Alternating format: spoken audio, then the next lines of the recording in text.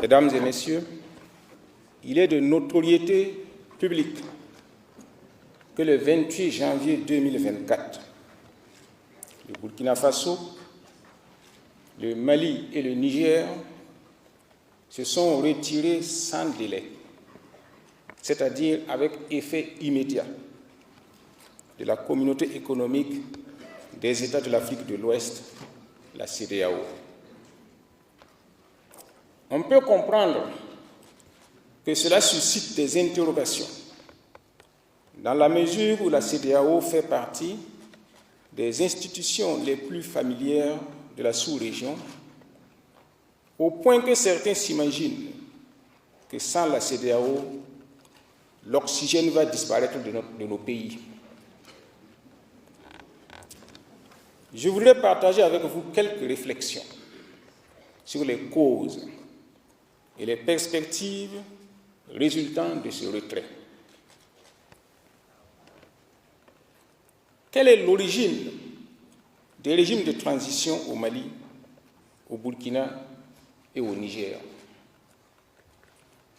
Depuis la disparition du guide libyen Mohamed Kadhafi en 2011, le Mali et le Niger ont aussitôt, tour à tour, été confrontés au terrorisme. Des dizaines de soldats maliens et nigériens ont été sauvagement tués, parfois égorgés. La population civile a été contrainte de choisir entre l'embrigadement et l'enrôlement forcé et l'exil. Le bétail, les cultures et les récoltes ont été pillées et ravagées. L'économie des pays a été déstructurée. Pendant ce temps, tout le monde regardait faire. Ni l'Union africaine, ni la CEDEAO n'ont volé au secours de ces pays. La communauté internationale, avec des larmes de crocodile, a envoyé une force pour, soi-disant, aider le Mali. En réalité, c'était pour ériger une barrière de protection des terroristes. Cela, les Maliens ont mis du temps à le comprendre. À partir de 2015, les terroristes ont pénétré le territoire burkinabé, sous le regard toujours complice de l'Union africaine, de la CEDEAO et de la communauté internationale. Là de subir les affres du terrorisme, les Maliens ont commencé à demander des comptes à leurs dirigeants démocratiquement élus. Des manifestations de protestation de plus en plus monstres étaient organisées à travers le pays, et principalement à Bamako. Le pays courait vers la guerre civile. C'est alors que les 5 colonels, avec à leur tête le colonel Assimi Goïta, dans le respect de leur serment, ont pris leurs responsabilités pour restaurer l'ordre et la confiance. Au Burkina, c'est également face à l'incapacité d'un pouvoir, soi-disant démocratiquement élu, que des militaires ont été amenés à assumer leurs responsabilités. C'est le même scénario qui s'est déroulé au Niger. Pendant que nos concitoyens tombaient affreusement, ni l'Union africaine, ni la CEDEAO n'ont versé une larme de compassion pour nous. J'ai personnellement reçu des délégations de l'Union africaine et de la CEDEAO. Quand elles arrivaient, leur seule préoccupation était, premièrement, de savoir la date qui a été fixée pour les élections.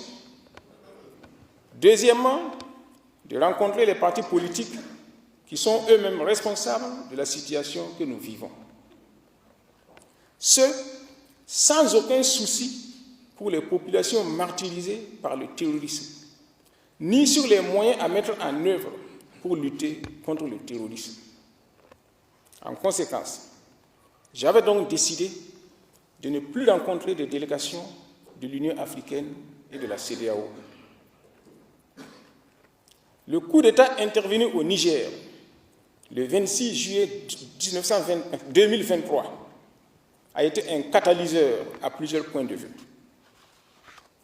Après avoir perdu le Mali et le Burkina, l'impérialisme français et ses alliés occidentaux ne pouvaient se résoudre à voir leur empire s'effriter sans réagir. C'est alors que le président français, Emmanuel Macron, va intervenir directement, de façon grotesque, en instrumentalisant la CEDEAO et des valets sous-régionaux de l'impérialisme pour faire échec au coup d'État au Niger et profiter de reconquérir le Burkina et le Mali. C'est oublier que là où eux, ils voulaient aller, nous y étions assis depuis longtemps et nous les voyons venir.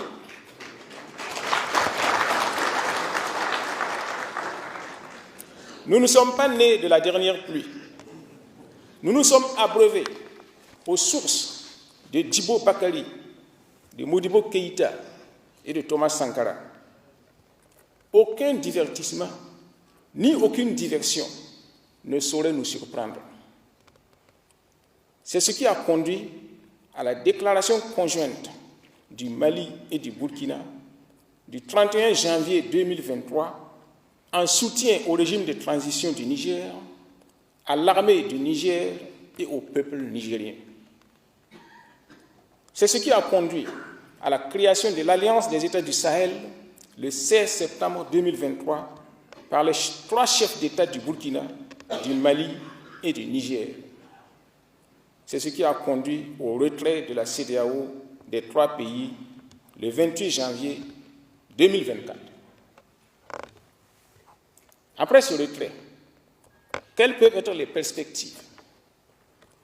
Je voudrais rappeler ici que le 9 février 2023, je recevais les ministres des Affaires étrangères du Burkina, de la Guinée-Conakry et du Mali.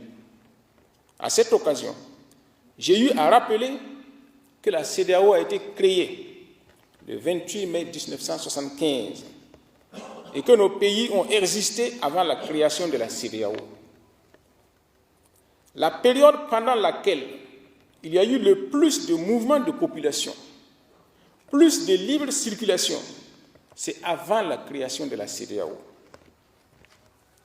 La plupart des Burkinabés qui sont établis au Ghana, en Côte d'Ivoire et au Mali, ils sont allés avant la création de la CEDEAO. Je rappelle que depuis le 9 mars 1960, avant donc la création de la CEDEAO, il existe entre le Burkina et la Côte d'Ivoire une convention relative aux conditions d'engagement et d'emploi des travailleurs burkinabés en Côte d'Ivoire. De même existe-t-il des conventions bilatérales avec d'autres pays dans plusieurs domaines. Le retrait de la CEDEAO va donc nous permettre de nous réorganiser en fonction de nos intérêts et de signer des accords bilatéraux avec ceux qui le voudront dans divers domaines en fonction des intérêts réciproques, et ce, de manière indépendante, sans l'immixtion de quelque puissance que ce soit. Rien n'empêche donc de renouveler ou d'adapter en cas de besoin nos relations avec chaque État membre de ce qui reste de la CEDEAO. Mais plus jamais, personne ne pourra encore instrumentaliser une institution, quelle qu'elle soit, ou un État quelconque, pour nous imposer ou nous faire subir quoi que ce soit. Notre retrait de la CEDEAO n'est orienté contre personne, contre aucune institution, contre aucun État. Il vise à assumer notre souveraineté et à assurer la sécurité et la prospérité des populations de notre espace. Toutefois, nous saurons répondre aux provocations d'où qu'elles viennent. La patrie ou la mort, nous vaincrons.